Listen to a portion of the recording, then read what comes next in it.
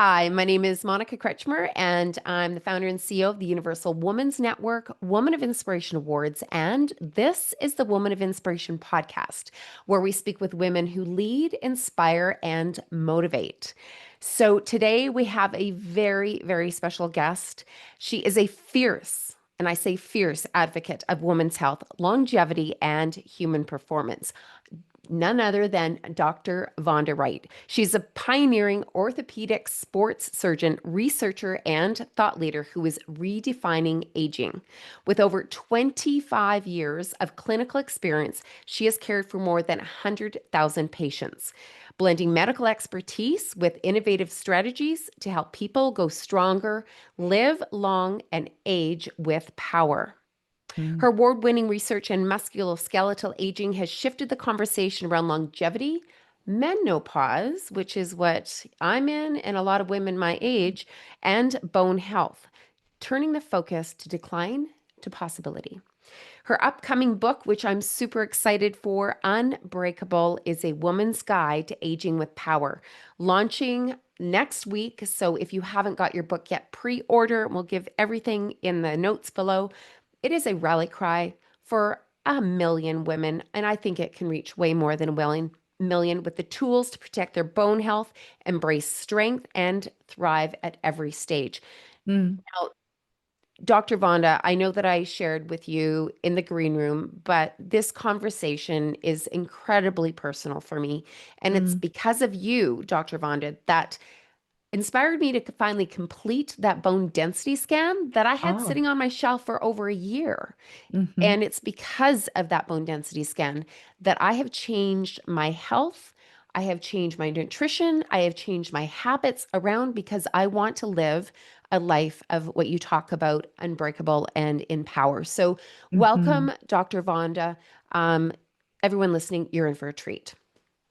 I'm so glad we're here today. Thanks for having me. So I'm going to dive right in. I said we could Yeah. talk for 3 hours today, but we really only have 45 minutes. So, you've accomplished so much. Mm. A world-renowned orthopedic surgeon. And, take us back to that moment, Vonda, when you knew women's health and the mobility across the lifespan, and the work that you were called to do to champion. Take us back to that moment when you knew that that's what you wanted to do. My career has been an evolution, and so I don't think I can say it was that moment. It was that patient. But I started out caring for people as a cancer nurse. I was at 23 years old. I just gotten out of college with a bachelor's degree, and there was an opportunity because nurses were so in short supply in Chicago to immediately go back to school, get another bachelor's and master's, which I did in a couple years because of youthful vigor and I could go that fast. But my first job was then at Rush University on a floor called 11 Kellogg, where I was a night nurse, and at night is when we gave chemotherapy. And so I tell this story to frame the fact that at 22 or 23 years old, you cannot be at the bedside of women in the struggle of their lives, realizing that they're just not patients that I'm putting chemo in their ports, but these are real women trying to scrape together normalcy out of the least normal situation they've ever been in. And it taught me at a very young age lessons about how important the health of women is. It taught me what people really care about at the end of their life is the people they love, not their curtains or not the things that we spend so much time agonizing over. And it really framed my entire life, both personally and professionally. And so when I went back to medical school and ultimately decided to do sports medicine, my approach to sports medicine is never simply putting implements in bones. My approach to my career is when I help you walk again, when I save your mobility, I'm going to save you from the ravages of chronic disease. So I see my career using my hands and surgical skills as really a whole person approach, very aspirational. But in 2012, I read some data that really changed the trajectory of what I was doing. I read the data that women make 80% of all the healthcare decisions in this country for ourselves and to everyone we touch, so that it's not only our families, it's the people at work. It's, now that we're a digital society, the people we speak to on the very digital channels. And we are so powerful, and yet we don't always recognize that the power we have to change the health of ourselves and this country. And so sometimes women feel pretty helpless or out of power, when the reality is, ladies, we are the 51%. We are the majority, and we make 80% of all the healthcare decisions. So the fact that 1% of our healthcare research dollars are spent on women over 40, or that less than 2% of all venture capital dollars are spent on women over 40, is something that I think we have more control over than we realize. And so that was a very long answer to a very simple question, but I think this urgency that's increasing in me every day has been growing for 20 years, that women are worth saving. We are the majority. We are completely underfunded. We are completely understudied. And if we would step forward and understand the power we have, we could change the health of this country one woman at a time. That's what drives me. But it has always been the same aspiration to save us from the ravages of chronic disease. So I got bone goosebumps. So even my bones got goosebumps. And what crossed my mind as you were talking and sharing your journey over the past couple decades was the fact that people actually don't get that knowledge until it's too late. They don't actually get to meet Dr. Vonda Wright until it's too late, until you're piecing them back together. And so what is game changing right now is you're in the forefront of, let's see what we can do to be preventative, and so that you don't have to see me at the end of the day. It's going to be about, let's congratulate you because you're so strong, you're such a powerhouse. So your mission to bold, get unbreakable into the hands of 1 million women, like that's a pretty audacious big thing. And I don't think it's big enough. I think we need to even make it bigger. And I think we have the power to do that. So what was that moment that sparked your, I'm going to get in front of this and I'm going to be that woman that's going to drive that change? You know what? The reality is that I have been beating this drum and standing on this mountaintop alone for 20 years. And when I published my first book, which was called Fitness After 40, it was a book written for women. Men and women read it, but it was really from the perspective of a woman, because I am a woman, obviously, and a female physician. We were not ready to listen yet. I think the culture has to change, where more people are interested in investing in themselves. And I think we're getting there. Even though in the United States, 70% of people do no form of formal exercise, everybody knows what we should be doing, whether we're doing it or not. So I'm thankful that at this place and time, something that I've been passionate about my entire career is being listened to, because I do not believe the myth that aging is an inevitable decline from the vitality of youth down a slippery slope to frailty, and that there's nothing we can do about it. I do not believe that. And my own research in musculoskeletal aging has proven that when we choose a life of activity and mobility, and frankly, running and competition and challenging ourselves, that we can save our bones, our muscles, our brains. We can revitalize our stem cells, and we can produce more of a longevity protein called clotho. I know it's true because I'm not just jumping on somebody else's soapbox. My group and I have done the research to prove this. So That's what fuels this. This is why I know. And you're right. Maybe 1 million women is not audacious enough because there are 90 million women over 40 in this country, and they're all worth saving. I would love to see Unbreakable in every language. Just, I Yeah. you and I crossed paths. I know that you were zoomed in to Vegas from I Mhm. think Sydney, Yep. From um, Australia. from Australia. And I would love to see every woman in the world have access to your wisdom and your experience and your knowledge. And, you've often said that aging doesn't have to mean decline. So Mhm. where does that belief come from? And how has it shaped your own work? Mm-hmm. Well, it comes from the research that I've spoken to you about. I mean, for 15 years at the University of Pittsburgh, I'm an academic surgeon. This is what we do. We don't just read the data, we create the data, right? So my team and I worked a long time really evaluating what are we capable of when we take the variable of sedentary living out of the equation, right? If we just keep moving and exercising and harnessing the medicine that mobility is. So that's number one.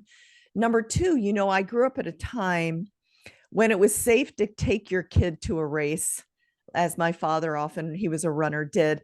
And in the 70s, it was safe to say, okay, you stand right here by the flagpole. I'm going to run this 5K and I'll meet you back here in 20 minutes. I would never do that today, but it was safe then.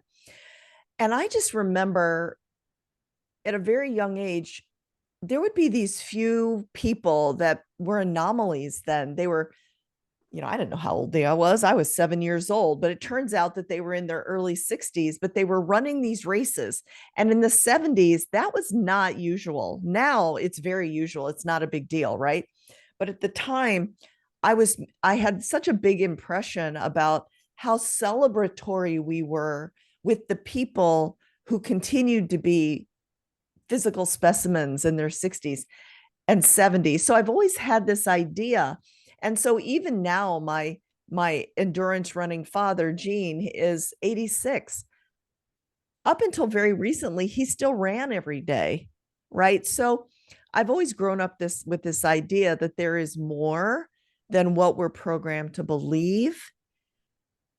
But if we don't invest in our mobility every day or come to a realization that we are worth that investment, time and physics and gravity can take over. Because remember, I'm still a practicing surgeon. I'm in scrubs. I came from the OR to be with you today. I am still putting big metal rods in women's bones because they have become frail, because there was no one telling them and no action taken to stay unbreakable their whole lives. So I really am. The more I do these podcasts, I am on such a rampage, not only for the women in the X generation, I'm an X, not only women for the poor baby boomers who are left out of the whole menopause conversation, but I am desperate to get in front of the millennials. I have 4 millennial daughters, either daughters or daughters-in-law, right? They're in their 30s.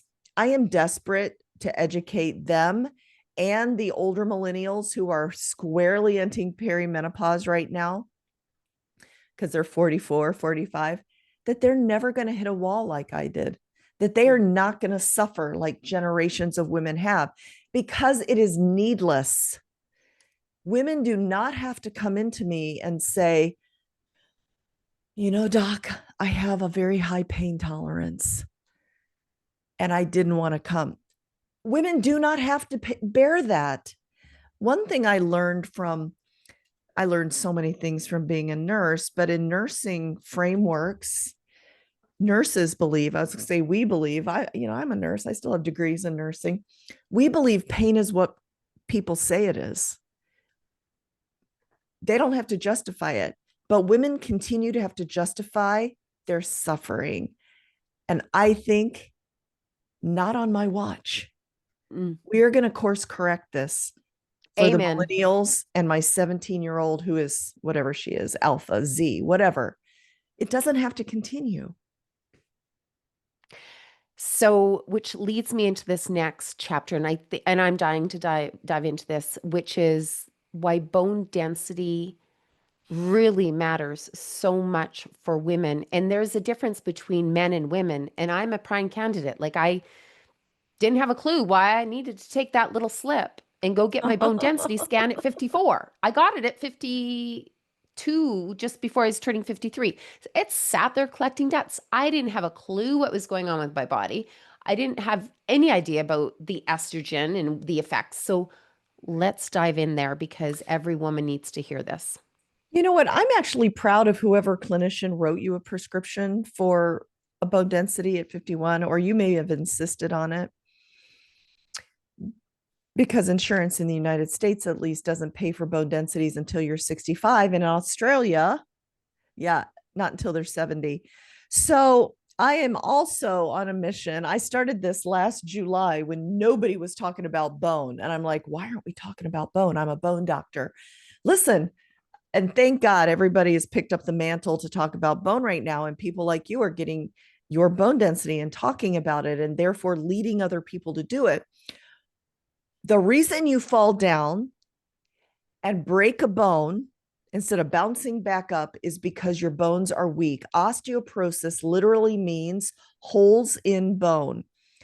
And a DEXA scan will tell you how holy your bone is. But what it doesn't also tell you, it doesn't tell you your bone quality. So I have started where it's available, recommending people get an ultrasound called a REM scan, because bone is not just stiff and hard, it is dynamic. And every time you take a step, it bends a little. It is the bendiness of bone that is critical for preventing fracture. So preventing fracture, preventing becoming a little old lady who the minute you break your bone, your femur, the minute you break your femur, which is your leg bone, your thigh bone, the biggest bone in your body, it incurs a 30% chance of death. The minute you land on the floor, 30% chance of dying from all the complications that can happen.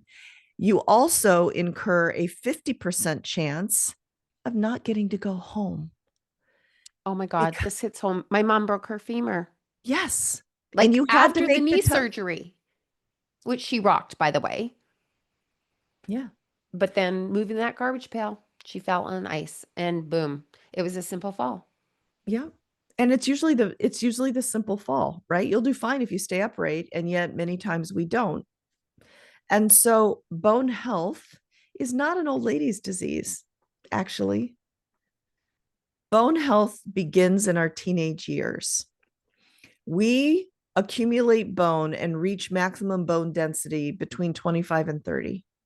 So, what our teenagers are doing is critical for their long term health. Mm. Teenagers, right? And then we hit 30, where we're thought to have achieved maximum bone density. And sometimes we have, and sometimes we haven't, because I do DEXA scans on everybody. And I have had 20-year-olds who are brainiacs, they're physics majors, but they break their tibias, their shin bones, because their bones are so soft. And I've had women of all ages with bad bone density in their 30s and early 40s, right? So we get to 30 and then we'll cruise along for a little bit. We have to recognize that although our bodies are programmed to rebuild bone during pregnancy, that it takes about 500 milligrams of calcium to build a baby a day. And we take that from our bones. Mm. We can rebuild that, but the osteoporosis of pregnancy is a real thing.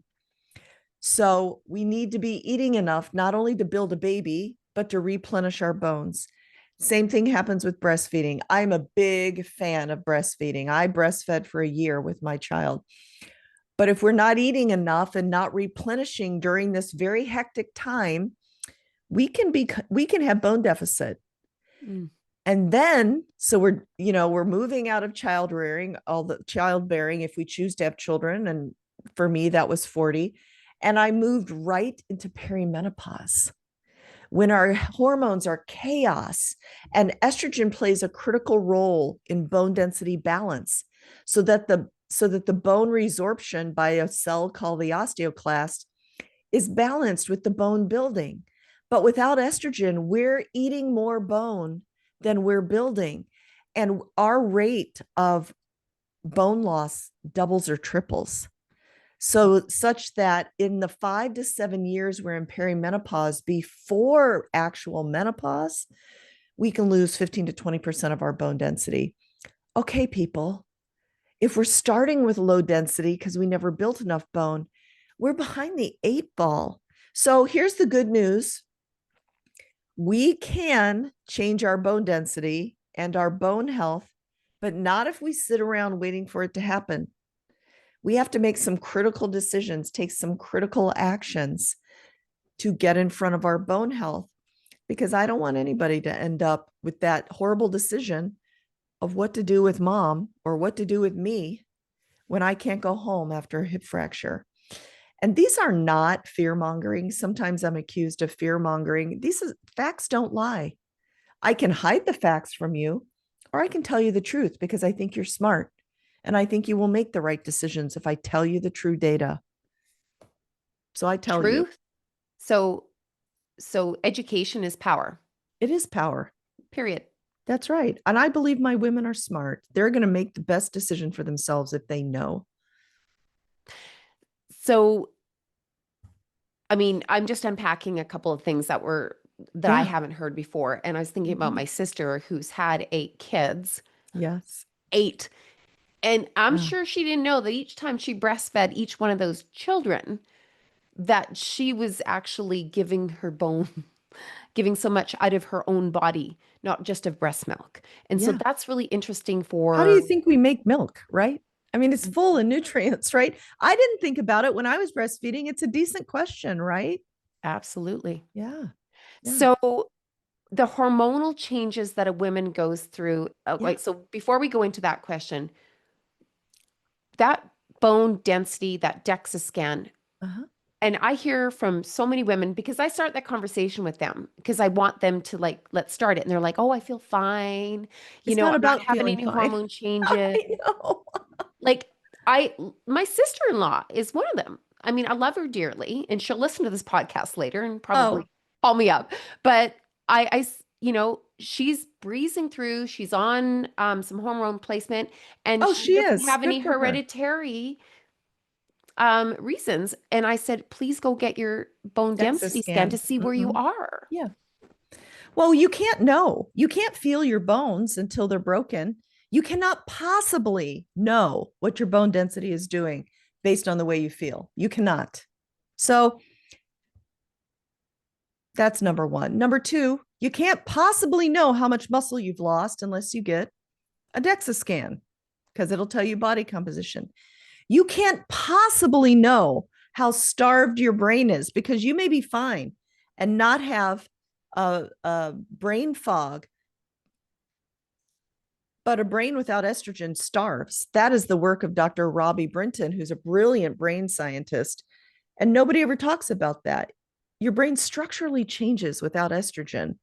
So, whether you can feel hot flashes, night sweats, brain fog, or not, that is not the end of the story because you cannot feel your brain, you cannot feel your heart, you cannot feel your bones.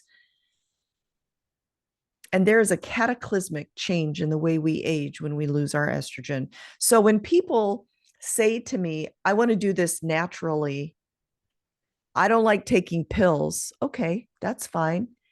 As long as you're making that decision based on facts and not lack of knowledge, it's your decision to make. Every woman is sentient. You can choose or not whether menopause hormone therapy is going to be part of your life.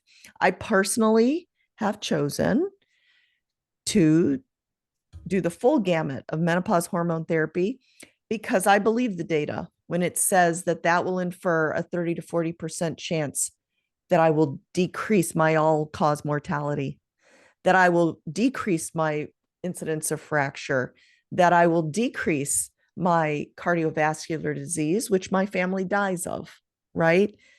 So, for all those reasons, I have made this choice. It actually wasn't for my hot sweats or my night sweats. It wasn't because I couldn't sleep very well, but thankfully, because I have made that informed choice, I sleep like a baby.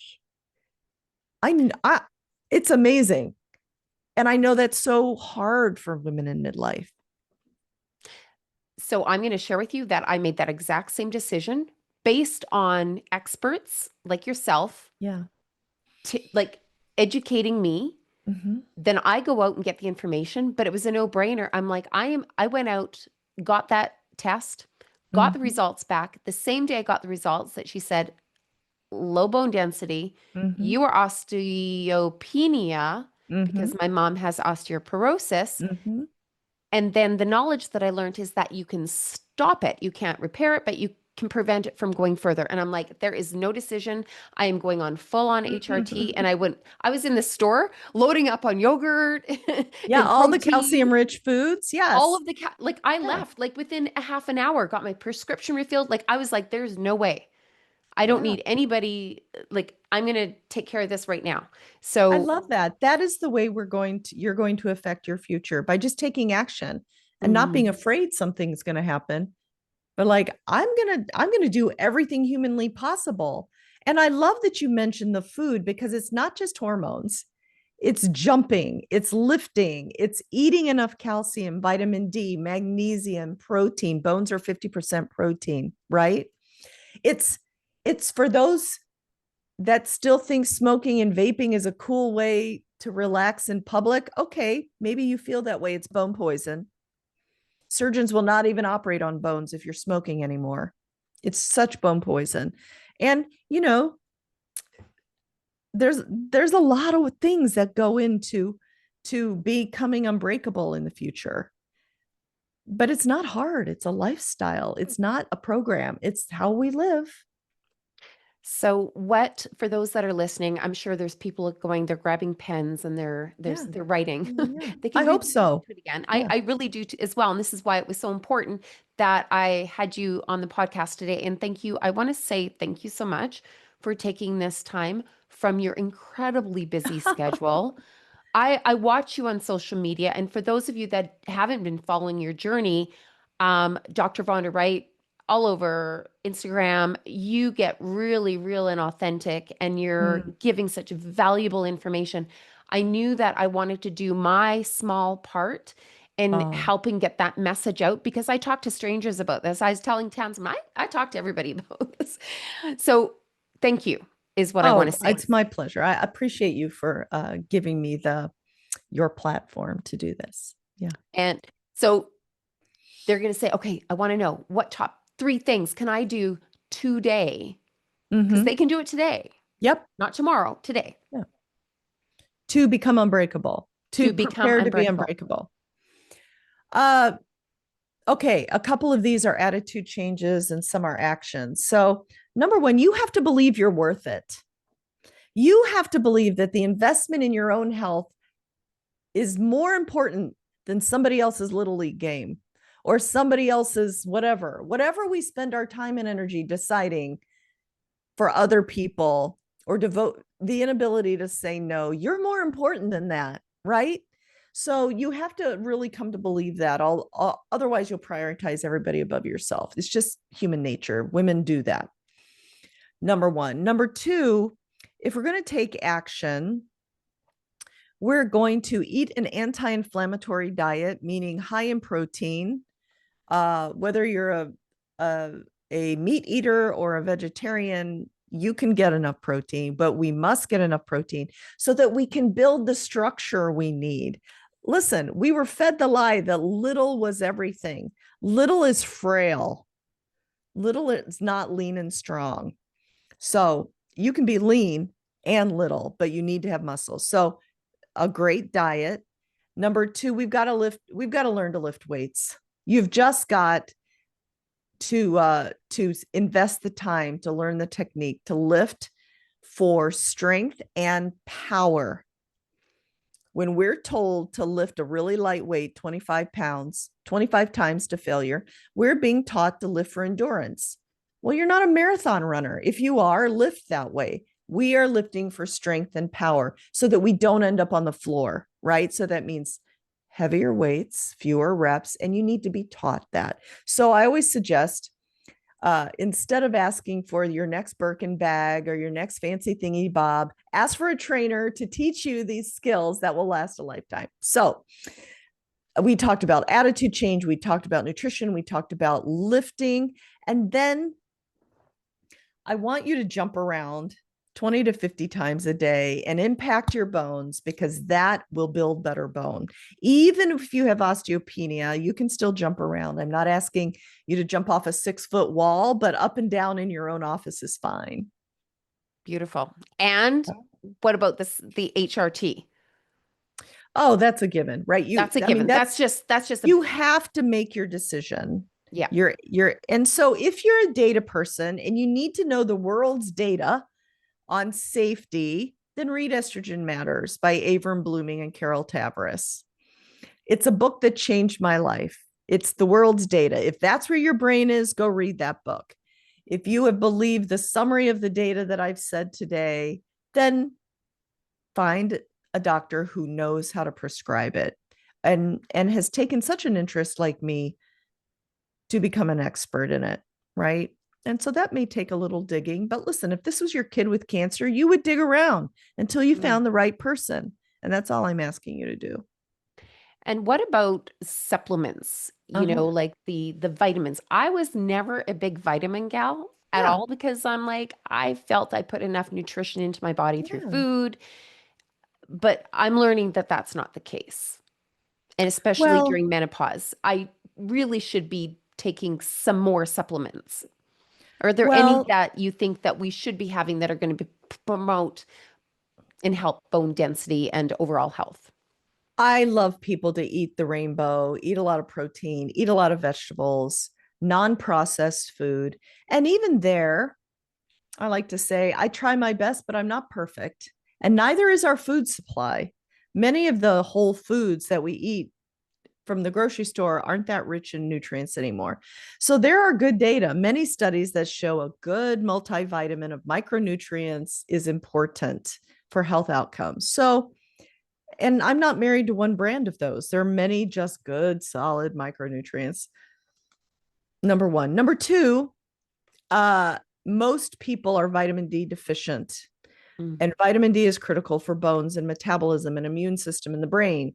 So most of us need to have a vitamin D supplement, have yours tested. Most of us are low. If you're really, really low, you can tolerate 5,000 or more international units a day. If you're good, usually you can do 1,000 or to up to 3,000. Vitamin D, usually with K2 to help absorption. I'm a big fan of magnesium, not only for bone health, but for sleeping and for Mm. mood. And so I take mine at night. I'm a big fan of omega 3s. They're critical for anti inflammation, for brain health. You have to make sure you get a really pure version so it's not fish trash, but those. And I mean, we could go on and on. There's tons of supplements, but those are some of the critical ones. Mm. Um, I do a lot of longevity work, and so I'm very interested. I take myself a supplement that is converted to NAD plus in my body. It's for energy stores. I personally take a supplement called Fisetin that's important for clearing a cell in our body called senescent cells, which is just damaged aging cells that need help being cleared. So those are bonus things, but I find that most of us are not in optimal health and need to do those peak performance things. Most of us walk around in sub health. We're fine. Mhm. We're fine. How are you today? I'm fine. But we're not optimal, right? We're not firing on all cylinders. So that's the first goal. And I think that short stack can help get you there. Beautiful. Yeah, I'm tired of being fine. I want to be unbreakable. I want to be Vibrant. Yes. unstoppable. I want to be unbreakable, Yeah. not fine. Of Thank course you. you do. Of course. Yeah. In mind and body. Absolutely. And I do think that women hold the power. And I think that we are half the population. And let's use Mhm. that Yes. to our power and share the information, share the message with, and to those that are listening or viewing or whatever, however you're absorbing this content, Yeah. Yeah. share it, talk about it, research it if you have to, but do something. Everybody, Yeah. I always say that, I'm going to ask you about support her as well, but support hers. Everybody plays a role to Mhm. champion for a woman to succeed, whether Mhm. that's in the office, the workplace, the community, at home. And Mhm. so this is a way that we can empower each other to be our strongest, most unbreakable selves Mhm. from today and into the future. And so, I do want to talk about a little bit about, celebrating the achievements of women. This is the Woman of Inspiration Mm-hmm. podcast, Mm-hmm. and, why it's so important to celebrate women. And, let's celebrate age and strength. But why is it so important for you, Vonda, to celebrate women? Um, well, I love that you brought this up and the concept that community is important to us. You know, Simon Sinek in his work has said that we are the sum total of the five people we surround ourselves with. And I think in a time like this, when women are rising, where women are realizing that information is power, that when using a platform like yours or mine, or even each one of the women listening, gather their four girlfriends and as a pod of five, commit to being unbreakable, doing the things you have to do, having an accountability group, going out to dinner once a month to talk about how it's going, because you will become the sum total of the group you surround yourself with. And if you persist in surrounding yourself with people who refuse to understand the message that you can live healthy, vital, active, joyful, you will find that you're not being supported.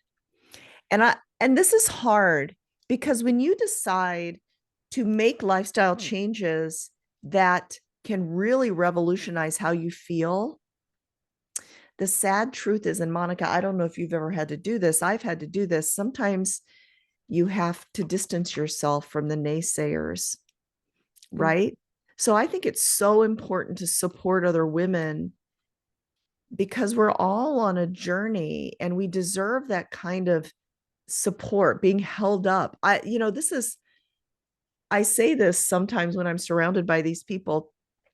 In this time in my life, for the first time in my life, I am surrounded by such a host of supporting women. There's a group of five of us. mm. We have a chat. It's some of the biggest leaders in this whole um, conversation around midlife. We talk every day, and I have never in my career, probably because I'm an orthopod and there's 94% men, but I have never had this kind of women lifting up other women because we're living in abundance, knowing that if we rise, if we raise the tide, all boats rise, not with this stupid catty thing that is assigned to women. Sometimes outsiders of the conversation we're having assign that to us, and we're like, I'm not fighting with these other people. That's in your mind. We are supporting each other because all boats will rise. And that's what I love about the midlife community. And that's what I love that women can do for themselves. I encourage each of your listeners to go find their four friends and form one of these groups if you don't have it already, so that you're supported in this journey.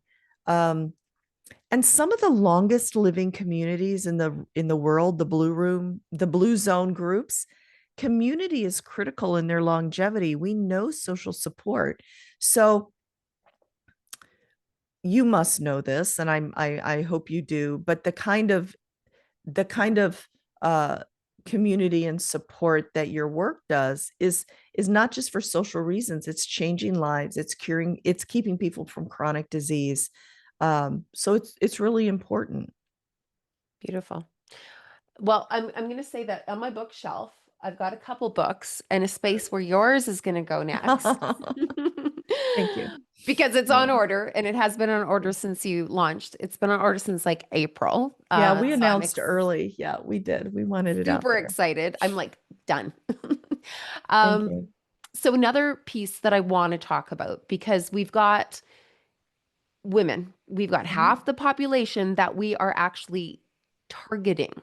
Yeah. But I think there's a silent group that we're not even tipping the scale on, which is about our support hers, which is about the men that are champions for women. So Oh, the how about that? husbands, the partners, the people within the workplace that have, the hundreds of women within their network. There's people that we can actually reach in that Mhm. conversation by educating them so Yeah. they know how to look after and champion and support the women in their world. And we call them support hers. Mm, I love that. And so, who have been those support hers and your world? And why is it so important that we include men to that conversation? Well, many women are partnered with a man. And so Louise Newsom from the UK surveyed her vast numbers of patients and found that more than 70% of the women who had lived through midlife divorces after 20 years, 25 years, it was because of a lack of understanding of the phenomenal changes that happen, right? So I think educating men is critical.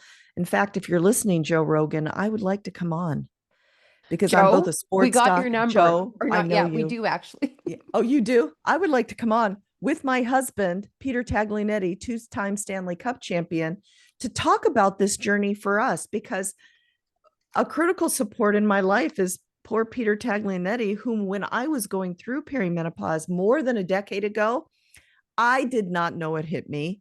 The poor man was left to suffer through my misery to the point where he's like, Vonda, either do something about this or stop talking about it. And it was the tough love of, are you going to do something?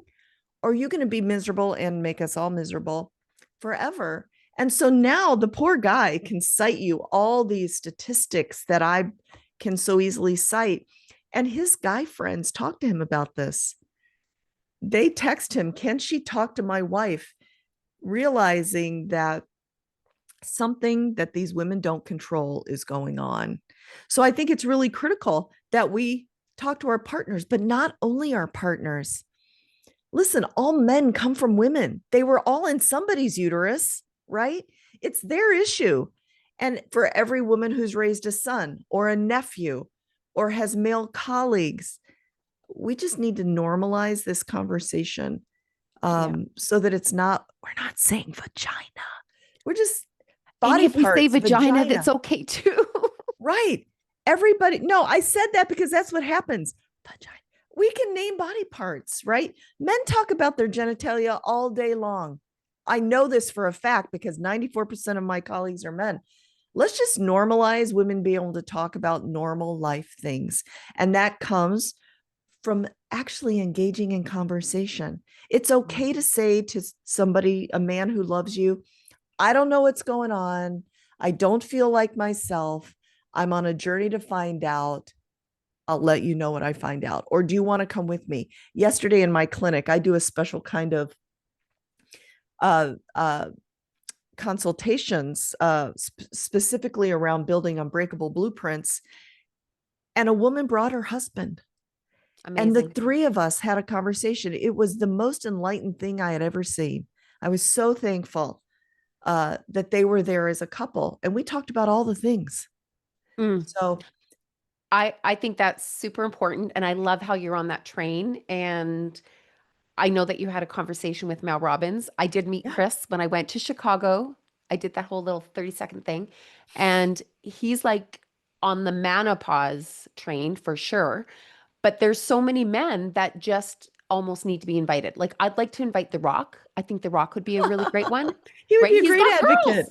He's like a big He's girl a dad. girl dad. Yeah. Adam Sandler. Like, I mean, we need some people with influence in the spheres that are going to untap that for other men. And they're like, he thinks it's cool. We think it's cool. He's talking about it. We're going to talk about it. And it's as simple as that, really.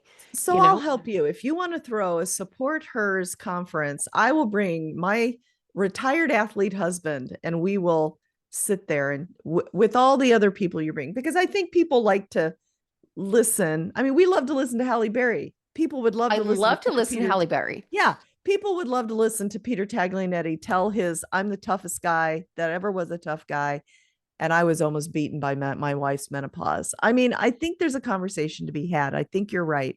I love it. And maybe we can follow up by inviting your husband on a podcast and just a little sizzle. Oh. That's great. I think he'd do it. He was a broadcaster once. He'd be all over the microphone. Okay, So, yay, yay. I am so game.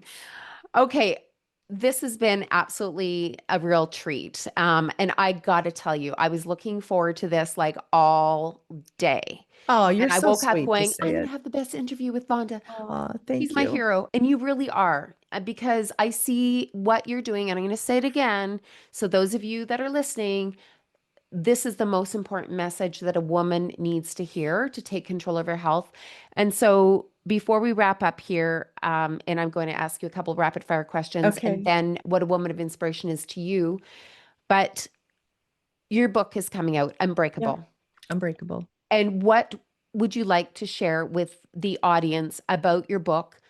Mm-hmm. Like, I think everybody needs a Yeah. copy, but Mm-hmm. can you please share with them Yeah. what the purpose What of it your book is. is? Yeah. So this book is meant to be the next step. Like, okay, maybe I've gotten the idea that life can be amazing. What do I do now? So the first section of the book is the science of aging. My women are smart. You are smart, right? Our community is smart. When we are empowered by information, we can make great decisions. So I teach you this Oh, your microphone went blank. Oh, for some reason. science of aging. That's Okay. weird. So, number Is it one, back? number Is it one. back? Yeah. Yes, it's back. Let's Okay. start number one. Yeah. Number one, in the first, Unbreakable was written to teach women what to do now, right? Maybe we've gotten the idea that the rest of our lives can be better because it can't get any worse than perimenopause, right? It's got to get better. So this is how we get there, both physical resilience and mental resilience. But part one of the book speaks to the fact that my women are smart. You're smart. I'm smart. Knowledge is power. I teach you about aging. Then we do an assessment, the unbreakable assessment, so we can gauge where we are now, right? The second section of the book is the how to. How does it relate to menopause? How do I exercise? What is smart nutrition? All the how to's. Part three is okay, now that we're optimized, can we move into peak performance? Can we be even better than we've ever been? And then we talk about all the amazing longevity technology that's coming up in the future. So this is meant to help you build a complete roadmap, a complete unbreakable blueprint. And here's the thing I haven't talked about much. It's being launched with an app that's driven by AI of my entire brain for the last 30 years. We've dumped everything in there and you can do your assessment. It can be interactive. And eventually, as we load it in, you'll be able to have your personalized blueprint based on how I treat patients who come to see me. So it's really cool what you're going to be able to do with this. Incredible. Okay. Okay, so that is almost a wrap. And I said it was going to be 3 hours, and it almost is. So, once again, thank you so much for sharing your knowledge, your expertise. And I am excited for this to go places and get to the hands of the women that really need it. And I'm excited to talk about how we can encourage men to be part of that conversation as well. We're going to blow this up big. And I would love to be a part of that. So, I want to know, rapid fire question, what is your daily non-negotiable?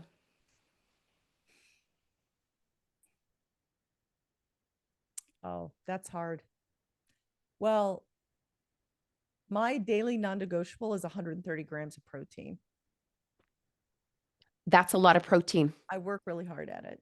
Well, that's how much my ideal weight is. It's a gram per pound of ideal weight. One word to describe your life right now. Unbreakable. Great word. And do you have a guilty pleasure? 70% dark chocolate Oh my every God, day, you're but making me only about this hungry. much. Yeah, only about this much. It's great. It's pure of great. It's full of great things, but it has to be 70% or more. Beautiful. And of course, our final question, because this is a Woman of Inspiration podcast, and you truly are a woman of Thank inspiration, you. Dr. Vonda, is what is your definition of a woman of inspiration? To me, a woman of inspiration is a woman who lifts other women up without expecting anything in return. She just Beautiful. believes in women so much.